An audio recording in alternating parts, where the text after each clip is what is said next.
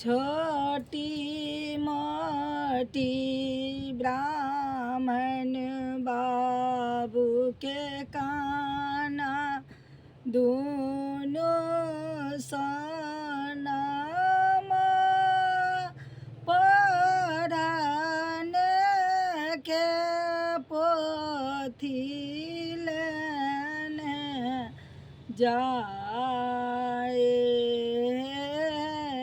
छोटी मोटी ब्राह्मण बाबू के काना दोनों सोनमा पढ़ने के पोथी लेने जाए।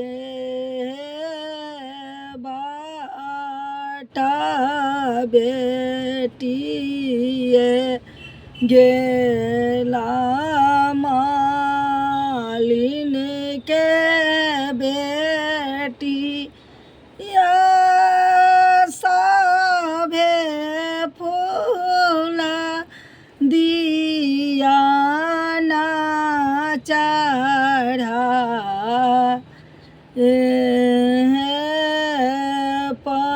पहिने जे कहितौं ब्राह्मण साभे फूल चढ़ाबितौं साभे फूल गेलाई बिकाए।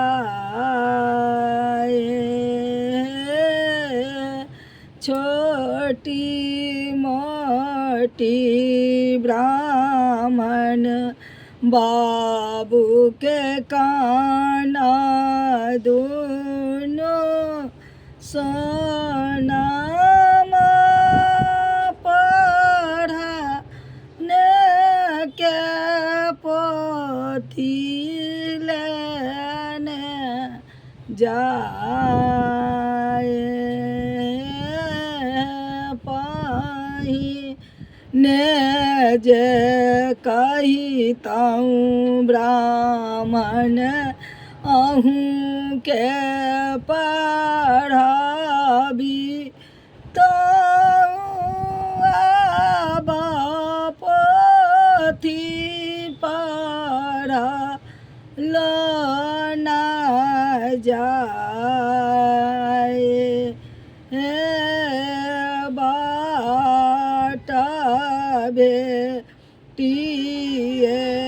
गेला ब्राह्मण के बेटिया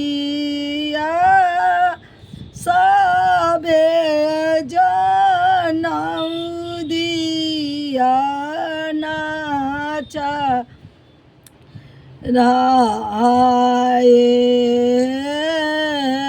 पहिने जे कहितौं ब्राह्मण साभे जनौ चढ़ाबितौं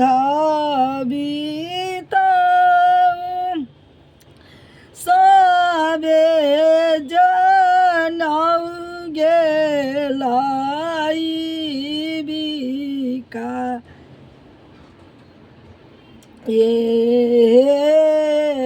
बाटा बेटिए गेला हलवाइया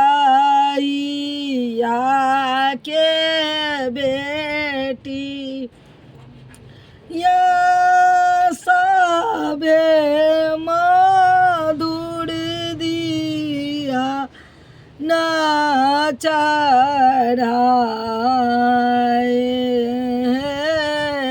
पहिने जे कहितौं ब्रह्म बाबा साभे मधुर चढ़ाबितौं साभे मधुर गेला बालिकाए छोटी मोटी ब्राह्मण बाबू के काना दोनों सोनामा पढ़ाने के पोथी लेने जाए। नमस्ते। अच्छा लगा तो लाइक कर दे, सब्सक्राइब कर दे, कमेंट भी कर दे, फिर लागल फिर सुनाए।